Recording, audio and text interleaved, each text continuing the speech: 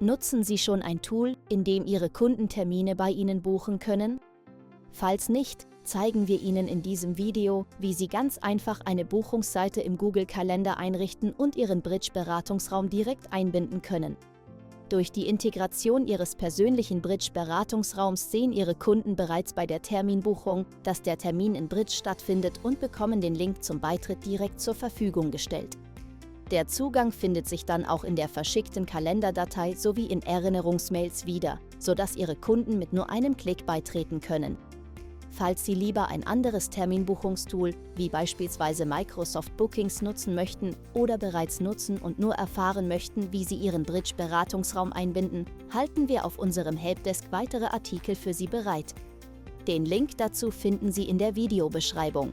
Um mit der Einrichtung Ihrer Terminbuchungsseite zu beginnen, öffnen Sie als erstes Ihren Google-Kalender. Beachten Sie, dass einige der Funktionen, die wir gleich zeigen, nur in kostenpflichtigen Versionen des Google Workspace zur Verfügung stehen. Beispielsweise können Sie in der kostenlosen Version nur eine Terminat erstellen und es können keine automatischen Erinnerungsmails vor dem Termin an Ihre Kunden versandt werden. Zu Anschauungszwecken ist unser Terminkalender komplett leer. Klicken Sie nun oben links auf Eintragen und wählen Sie in der Liste Terminplan aus. Es öffnet sich nun der Modus für die erste Einrichtung einer Terminat. Auf der ersten Seite legen Sie nun grundsätzliche Einstellungen für Ihre Terminat an, beginnend mit dem Titel. Am besten kommunizieren Sie schon hier, ob der Termin online oder vor Ort stattfinden soll. So kann es später nicht zu Verwirrung bei Ihren Kunden kommen, da der Link zum Beratungsraum in der Übersicht aller Terminarten bei einigen Bildschirmgrößen eventuell nicht sofort zu sehen ist. Wir entscheiden uns daher beispielsweise für Online-Beratung mit Bridge. Im Reiter Termindauer legen Sie nun die Dauer Ihres Termins fest. Im Abschnitt Allgemeine Verfügbarkeit geben Sie jetzt an, wann Sie für diese Terminat zur Verfügung stehen. In den Feldern mit den Uhrzeiten können Sie die Zeiten für die einzelnen Wochentage anpassen. Mit dem durchgestrichenen Kreis daneben können Sie festlegen, dass Sie an diesem Tag nicht verfügbar sind. Möchten Sie beispielsweise über die Mittagszeit keine Termine anbieten, können Sie über das Plus-Symbol eine weitere Zeitspanne hinzufügen und so Ihre Pausenzeit ausklammern. Mit dem Kopieren-Symbol wird Ihre Einstellung dieses Tages auf alle anderen Tage, an denen Sie verfügbar sind, übernommen. Im darauffolgenden Abschnitt Zeitfenster für Reservierungen können Sie als erstes festlegen, ob die Terminat sofort nach der Einrichtung verfügbar ist oder ob Sie ein Start- und Enddatum festlegen möchten. In den beiden darauffolgenden Kästchen können Sie weiterhin einstellen, wie weit im Voraus Kunden die Termine bei Ihnen frühestens und spätestens buchen können. Falls Sie bereits bei der Einrichtung wissen, dass Sie an einzelnen Tagen keine Termine oder alternative Zeiten anbieten möchten, können Sie dies unter Angepasste Verfügbarkeit einpflegen. Sie können das natürlich auch noch nach der Ersteinrichtung tun. Im Abschnitt Einstellungen für reservierte Termine können Sie Pufferzeiten zwischen gebuchten Terminen einfügen, beispielsweise um Zeit für die Nachbereitung freizuhalten. Falls Sie nur eine bestimmte Anzahl an Terminen pro Tag zulassen möchten, können Sie dies ebenfalls hier festlegen. Unter Kalender wählen Sie nun den Kalender aus, in den die Terminbuchungen eingepflegt werden sollen.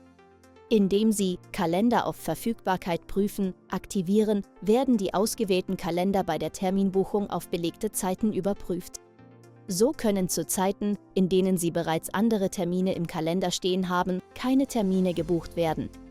Durch die Möglichkeit, mehrere Kalender auszuwählen, können Sie beispielsweise auch Ihren privaten Kalender überprüfen. Im letzten Abschnitt der ersten Seite Co-Organisatoren können Sie Mitglieder Ihres Google Workspaces einladen. Co-Organisatoren können wie Sie selbst Ihr Terminbuchungstool verwalten. Diese Funktion ist allerdings nur für kostenpflichtige Google Workspace-Versionen verfügbar. Wenn Sie mit den Einstellungen auf der ersten Seite fertig sind, gehen Sie auf Weiter. Auf der zweiten Seite wird es nun für die Integration von Bridge besonders interessant, aber wir gehen natürlich alle Einstellungen gemeinsam mit Ihnen durch. Im ersten Abschnitt Bild und Name für Reservierungsseite wird Ihnen gezeigt, was Ihre Kunden oben auf Ihrer Buchungsseite sehen.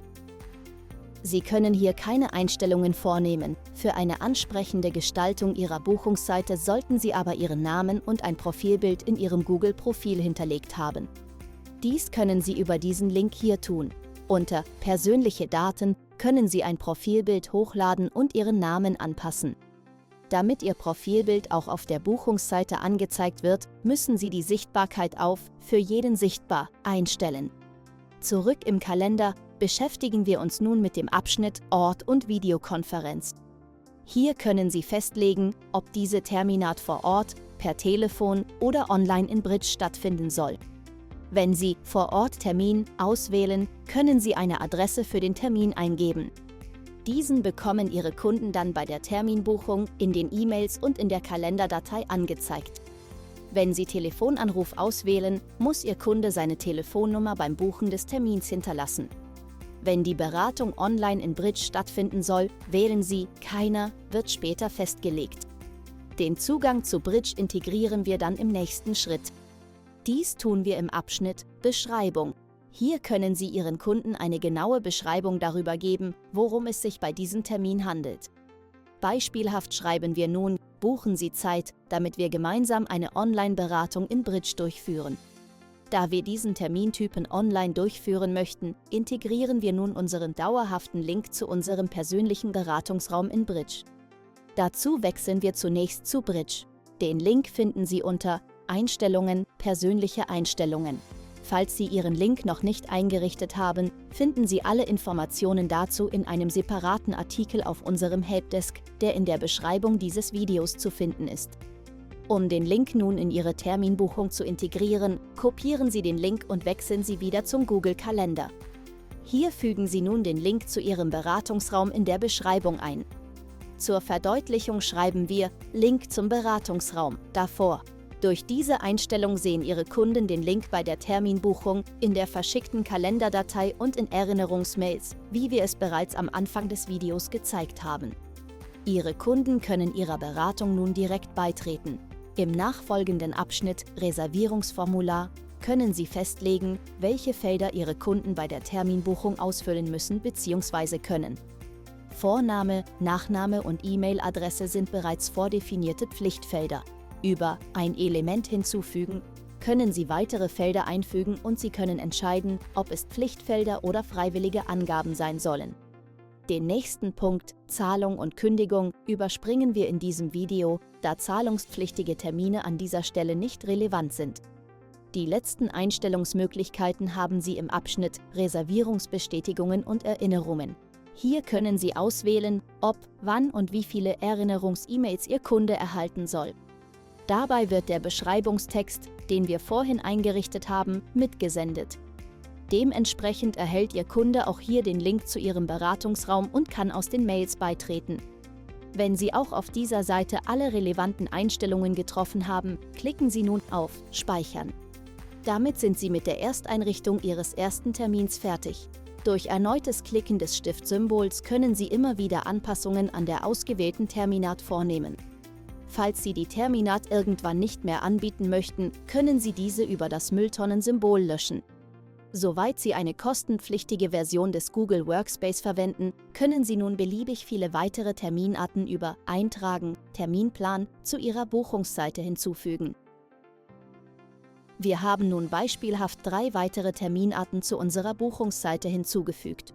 Gebuchte Termine werden automatisch in Ihrer Kalenderansicht gespeichert, wie wir es hier zeigen. Doch wie finden Kunden Ihre Buchungsseite? Den Link zu Ihrer Buchungsseite erhalten Sie, indem Sie auf einen beliebigen Terminplan klicken. Dort wählen Sie Freigeben aus. Im geöffneten Fenster können Sie nun auswählen, ob Sie nur den Link für diese bestimmte Terminat freigeben möchten oder alle Terminpläne. Über den Link, der Ihnen bei Alle Terminpläne angezeigt wird, gelangen Ihre Kunden zur Übersicht aller Ihrer buchbaren Terminarten, wo Sie sich dann für den gewünschten Termin entscheiden können. Diesen Link können Sie nun an Ihre Kunden senden oder beispielsweise in Ihre E-Mail-Signatur einbinden. Über dieses Fenster haben Sie auch die Möglichkeit, Ihre Buchungsseite in Ihre Website einzubinden. Wie das funktioniert, zeigen wir in einem weiteren Video.